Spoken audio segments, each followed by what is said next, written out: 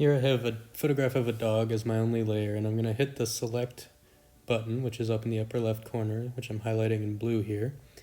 And at the bottom of the screen, after you hit the select button, you're going to hit the freehand portion of the select menu. So now when I tap my stylus or my pencil, it starts a little bit of a dotted line, and it starts with a gray circle.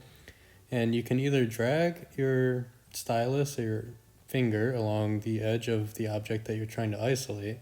And you can see here that I messed up a little bit and cut into the dog itself. So when you do that, you can simply hit undo or use a 3-finger tap.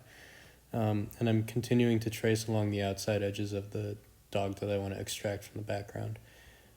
You can see that I went through some of the whiskers of the dog, and I made a few other mistakes along the way here. So every time you make a mistake and you see that your jagged line goes a little bit out of the way, you can simply hit undo, which is what I'm doing here. And the other thing that I wanted to point out, I sped up this video at this part because it's just kind of tracing, but I wanted to point out that there's large stretches of this object that are just straight edges. So the top of the dog's head, for example, which I just went over.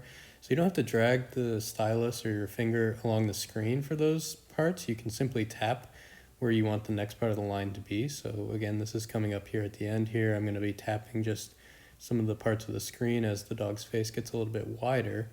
And that makes it a little bit quicker to select the whole object. So now I've gotten to the edge of the dog, and I'm going to tap that gray circle that I showed you earlier to complete the selection. And I'm zooming in here, and that's going to turn blue when you tap it. So now what you do, you want to hit the duplicate button, which is at the bottom of your screen, and that's going to basically extract that dog from the background of the picture. And it's going to make a new layer out of that.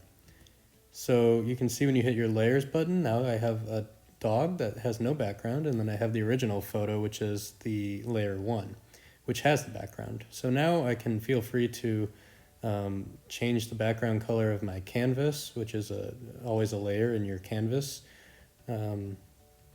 selection there in the Procreate app, and you can change the color. And then what I want to do here is show how you can actually kind of edit this extraction. So I'm actually duplicating the layer here, and the way that you do that is swipe on the layer and hit duplicate. And I'm going to show you that you can kind of color over this layer or edit this layer, and it won't affect the rest of the image. So I'm choosing a black color here, and I'm going to use kind of just a broad brush here with some translucency to it to just paint over the dog that I extracted.